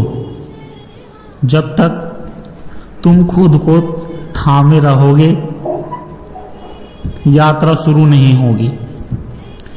उन्होंने उसे एक काम दिया, 1 सप्ताह बिना बोलचाल के जंगल में रहना, बिना डर के। पहला दिन, दूसरा दिन, तीसरा दिन। चौथे दिन अनिकेत को लगा जैसे वह पेड़ों की सांसें सुन सकता है। 5वें दिन उसे अपने भीतर कुछ टूटता सा लगा, डर, एहसास, असमंझ। 7वें दिन वह साधु के पास लौटा। अब उसकी आंखों में हल्की चमक थी। साधु ने कहा, यात्रा का पहला मोड़ है मौन। जब तुम सुनना सीखो तभी देखना सीखोगे। अगली मंजिल पर वह एक छोटे से गांव पहुंचा। वहां सबका आदर करते एक विधवा महिला मिली जिसका नाम था गौरी। गौरी ने अनिकेत को अपने घर ठहरने दिया। वह देखता कि गौरी बिना शिकायत के दिन रात गांव के बच्चों की मदद करती, अनाथों को खाना खिलाती। एक दिन अनिकेत ने पूछा, तुम्हारा अपना कुछ नहीं बचा, फिर भी तुम इतनी सेवा क्यों करती हो? गौरी मुस्कुराई और बोली, जीवन का असली सुख बांटने में है, पाने में नहीं। जो देता है वही अमर होता है। अनिकेत के भीतर फिर कुछ हिला। उसे समझ आया सेवा भी एक यात्रा है। कई बार दूसरों के जीवन को रोशन करते करते हम अपना रास्ता पा लेते हैं। अब अनिकेत रेगिस्तान में भटकते हुए एक बूढ़े यात्री से मिला। वह पैरों से लंगड़ा था मगर आंखों से गजब की चमक थी। बूढ़े ने कहा, पानी नहीं है फिर भी मैं गाता हूँ, छाँव नहीं है फिर भी मैं चलता हूँ, क्योंकि यात्रा तभी पूरी होती है जब तुम अपनी परवाह करनी छोड़ दो। अनिकेत ने उससे पूछा, लेकिन थकान? बूढ़ा मुस्कुराया, थकान बाहरी है, यात्रा अंदर की। जब दिल में उत्साह है तो रास्ते खुद पांव बन जाते हैं। अनिकेत के भीतर फिर एक दीवार टूट गई। उसे लगा असली यात्रा बाधाओं में नहीं, खुद की सीमाओं को पार करने में है। कई महीने बीत गए। अनिकेत अब बाहर के रास्ते से ज्यादा भीतर के रास्ते पर था। एक दिन एक पहाड़ की चोटी पर बैठकर उसने अपनी आंखें बंद की। अब वह कोई लक्ष्य नहीं ढूंढ रहा था, अब वह खुद को अनुभव कर रहा था। वह रोया खुशी से। उसने पहली बार महसूस किया कि मैं कहीं नहीं जा रहा था, मैं हमेशा से यात्रा में था। जिंदगी कोई मंजिल नहीं, यह हर पल चलने का नाम है। हर अनुभव, हर गलती, हर प्रेम, हर बिछड़न, सब जीवन की सुंदर यात्रा का हिस्सा है। अनिकेश वापस अपने शहर लौटा। अब वह वही काम कर रहा था, वही जीवन था, पर दृष्टि बदल गई थी। अब वह हर पल को एक नए चमत्कार की तरह जीता। अब वह जान गया था कि जिंदगी एक यात्रा है, मंजिल नहीं। और सबसे बड़ा रहस्य उसे जान लिया था, यात्रा को जीना है, पहुंचाना नहीं। दोस्तों, तुम भी कहीं पहुंचने की जल्दी में हो तो रुको, सांस लो, देखो सूरज को, हवाओं को, अपनी धड़कनों को। यात्रा भी हो रही है। तुम जहां हो वहीं जीवन मुस्कुरा रहा है। जिंदगी एक सफर है, इसे गुनगुनाओ, इसमें झूमो। मंजिल तो खुद चलकर आएगी तुम्हारे पास।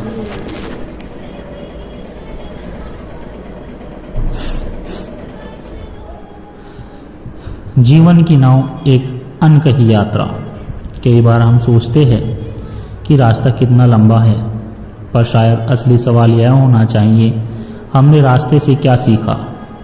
क्योंकि जिंदगी एक नाव है, कभी तूफानों से टकराती है, कभी लहरों पर नाचती है, तो कभी किनारों से दूर भटकती है। पर एक बात निश्चित है, जिंदगी एक यात्रा है और हर सांस, हर मोड़ इसका हिस्सा है।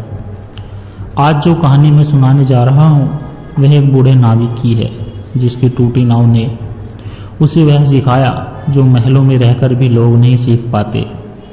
शायद जब यह कहानी खत्म होगी तुम खुद को एक नई यात्रा पर पाओगे। चलिए। समुद्र के किनारे बसा एक छोटा सा गांव था, जहां हर घर में नाव थी, मछलियां थी और सपने थे। वहीं रघुनाथ नाम का 68 साल का एक बूढ़ा नाविक रहता था।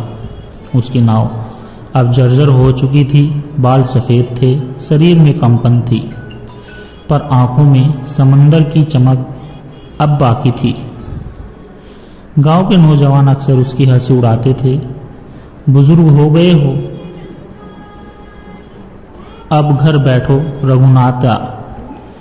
पर रघुनाथ हर सुबह समुद्र में निकल पड़ता, क्योंकि उसके लिए नाव चलाना सिर्फ मछली पकड़ना नहीं था, यह उसकी जीवन यात्रा थी। एक दिन अचानक समुद्र में भयंकर तूफान आया। रघुनाथ की नाव टूट गई, सारे जाल बह गए। वह मुश्किल से बच पाया। गांव वालों ने कहा, अब तो छोड़ दो यह पागलपन। लेकिन रघुनाथ मुस्कुराया और बोला, जब बच्चा गिरता है तो माँ कहती है, फिर से चलो बेटा।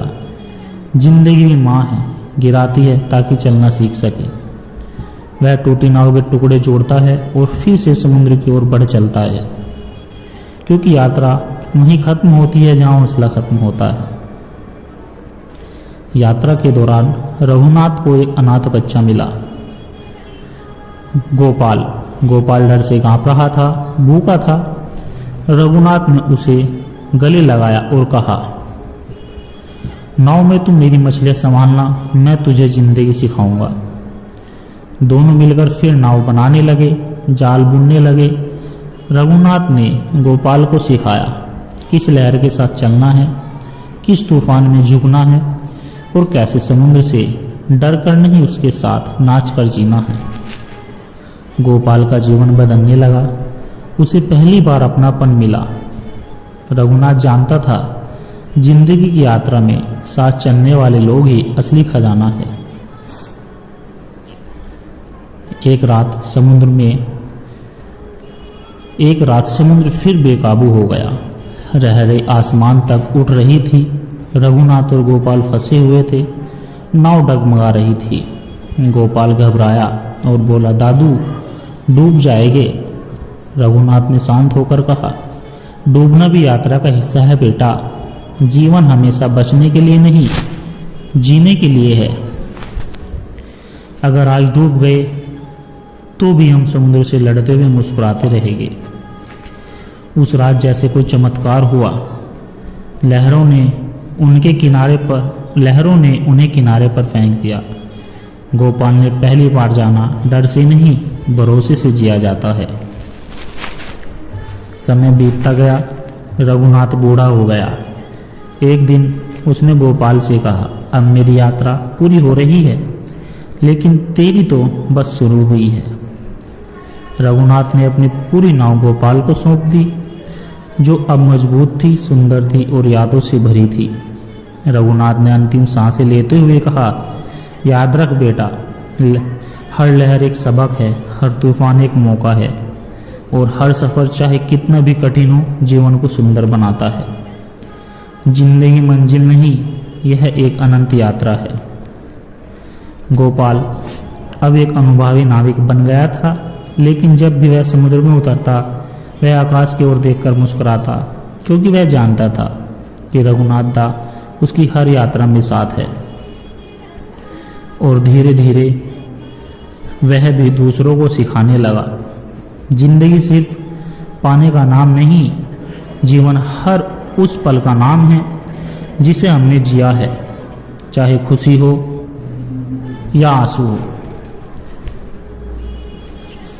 जब भी तुम्हें लगे कि रास्ता कठिन है, याद करना उस बूढ़े नाविक को जो टूटी नाव के टुकड़े जोड़कर भी मुस्कुराता रहा, क्योंकि जिंदगी एक सफर है और सफर में गिरना उठना, खोना पाना सबका अपना सौंदर्य है। जीवन को एक यात्रा की तरह जियो, जहां हर लहर तुम्हें एक नया पाठ पढ़ाए और हर तूफान तुम्हें मजबूत बनाए। प्रेम का दीपक, आत्मा की अनंत यात्रा। कभी खुद से पूछा है मैं कौन हूं? यह शरीर, यह नाम, यह पहचान, या फिर कोई ऐसी सत्ता जो दिखाई नहीं देती, न मिटती है।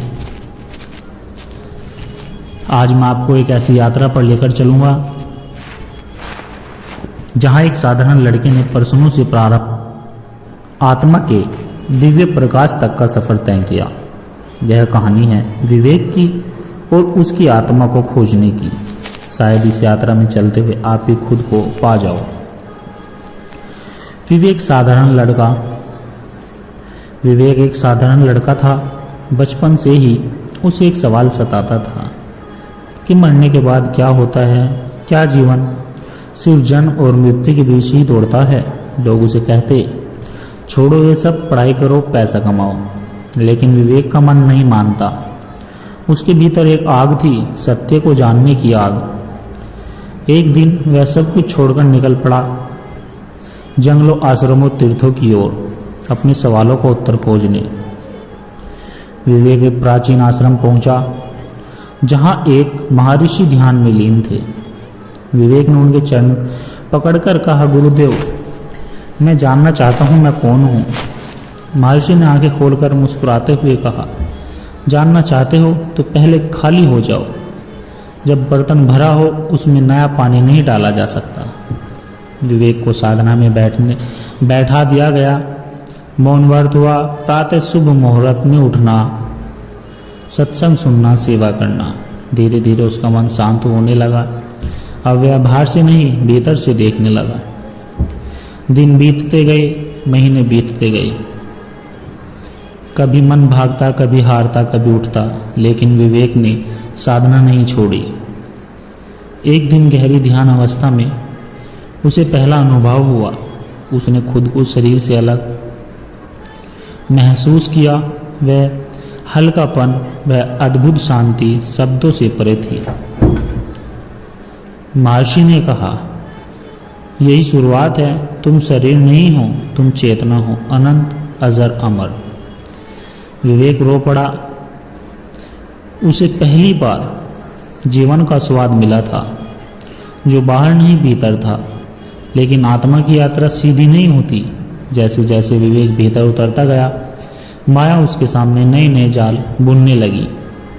कभी सुंदर दृश्य, कभी भय व आकृतियाँ, कभी अभिमान, कभी क्रोध। विवेक डगमगाया गिरा, लेकिन हर बार महर्षि की शिक्षाओं ने उसे संभाल लिया। महर्षि कहते, ध्यान रखना, माया भ्रम है सत्य तक पहुंचने के लिए। भीतर की हर परत को पार करना होगा, हर भय को प्रेम से, हर अभिमान को विनय से जीतना होगा। अनंत एक रात अमावस्या के सन्नाटे में जब विवेक ध्यान में डूबा था, अचानक उसके भीतर एक प्रकाश फूटा। वह प्रकाश कोई बाहर की चीज नहीं थी, उसका अपना स्वरूप था। उसे अनुभव हुआ वह न तो शरीर है, न मन, न भावनाएं। वह शुद्ध आत्मा है, शांत, उज्ज्वल, अमर। वह कई घंटों तक उस दिव्यता में डूबा रहा जहाँ कोई न दुख था न सुख, सिर्फ होना था। जब वह अनुभव से लौटा, वह बदला हुआ था। अब वह किसी से लड़ता नहीं था, न शिकायत करता। अब वह प्रेम से देखता था, फूल को भी, कांटों को भी, हर जीवन को, हर धड़कन में। उसे एक ही चेतना का कंपन दिखाई देता था। महर्षि ने कहा, अब तू प्रेम का दीपक बन गया है। विवेक, तेरा काम अब बस यही है, जहाँ अंधेरा हो वहाँ उसे दीपक की लो ले जाकर उजाला करना। विवेक ने पढ़ लिया अपनी शुद्धता, अपनी चेतना, अपने प्रेम से दुनिया को जगाने का। विवेक अब गांव लौटा, लेकिन अब वह साधारण विवेक नहीं था। अब उसकी हर बात से, हर मुस्कान से, हर चुप्पी से शांति बरसती थी। लोग उसे बिना कुछ पूछे बस उसके पास बैठकर सुकून पाते थे। और विवेक जानना था, सत्य को शब्दों से नहीं, अस्तित्व से बांटा जाता है। तुम भी उस दीपक को अपने भीतर खोज सकते हो। यह पहाड़ नहीं है, यह तुम्हारे अपने हृदय से हो रहा है। बस मौन हो जाओ, साधना करो, प्रेम करो। यात्रा कठिन होगी, लेकिन हर कदम पर तुम स्वयं के और निकट जाओगे। याद रखना, तुम शरीर नहीं हो, तुम आत्मा हो, अमर आत्मा। और आत्मा की यात्रा अनंत है। दीपक का, प्रेम का दीपक बनो, अंधेरे को मत कोसो। सेवक की पुकार और भगवान की कृपा। कभी महसूस किया है, जब हम पूरी सच्चाई से, टूटे मन से भगवान को पुकारते हैं तो वो खुद चलकर हमारे पास आ जाते हैं। आज की कहानी एक ऐसे सेवक की है जिसने सेवा, प्रेम और विश्वास के बल पर स्वयं भगवान को अपने द्वार बुला लिया। बहुत समय पहले की बात है। एक छोटे से गांव में गोपाल नाम का एक साधारण युवक रहता था। उसका जीवन सीधा साधा था। सुबह खेतों में काम करना, दोपहर में गांव के मंदिर में सेवा करना और रात को भगवान के चरणों में बैठकर भजन करना। उसके पास न कोई संपत्ति थी, न बड़ा नाम, बस एक चीज थी जो उसे सबसे अलग बनाती थी। वो था उसका सच्चा प्रेम। गोपाल का बस एक ही सपना था, काश एक दिन भगवान स्वयं मेरे सामने प्रकट हो। गोपाल की दिनचर्या साधारण थी, पर उसमें अद्भुत शक्ति छिपी थी। वह मंदिर को ऐसे साफ करता जैसे भगवान खुद वहां आने वाले हो। फूल चढ़ाते समय हर पाखुड़ी को प्रेम से चुनता। दीपक जलाते समय उसकी आंखों में श्रद्धा से भर जाती थी।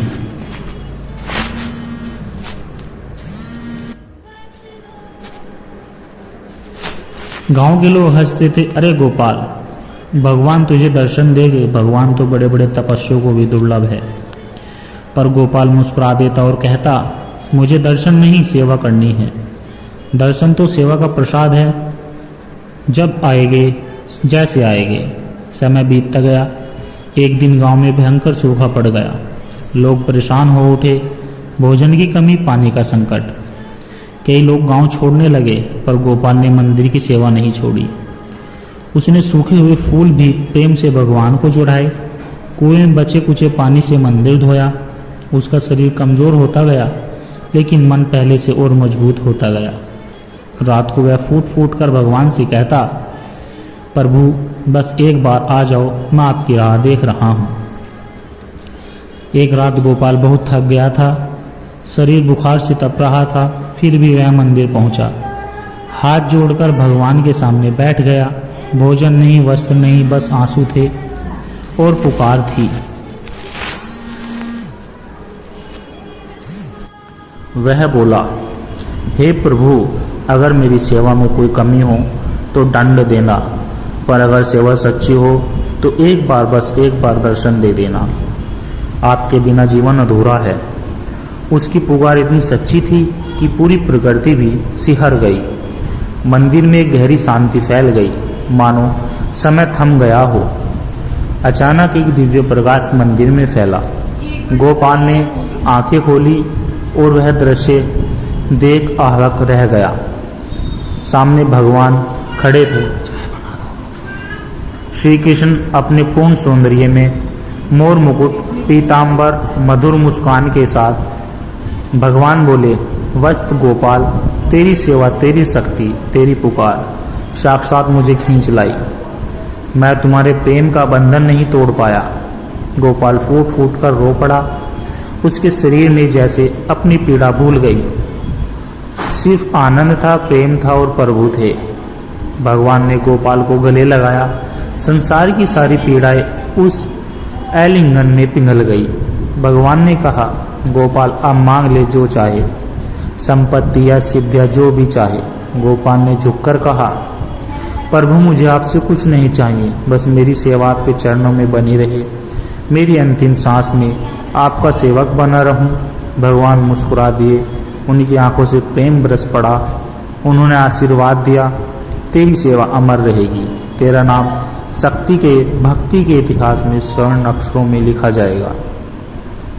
उस दिन के बाद गोपाल का जीवन ही बदल गया।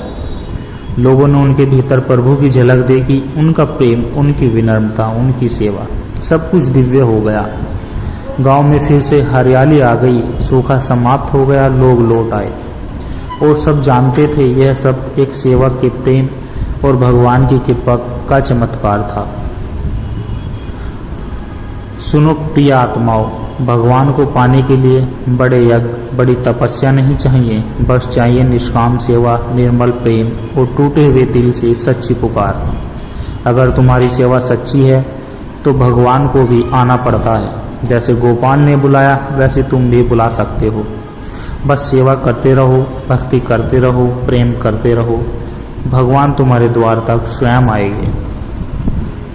सत्संगत जी प्यार से कहना, धन निरंकार जी। सत्संगत जी, आप जी को दास के द्वारा कहे गए प्रेरणादायक कहानी विचार अच्छे लगे हो तो वीडियो को लाइक करें, कमेंट करें, शेयर करें और कमेंट में धन निरंकार जी जरूर लिखें। और हमारे चैनल सोना इंस्पायर विचार को सब्सक्राइब जरूर करें और दास को आशीर्वाद दे। हर रोज आप जी के चरणों में ऐसी ही प्रेरणादायक कहानी विचार लेकर आता रहूं।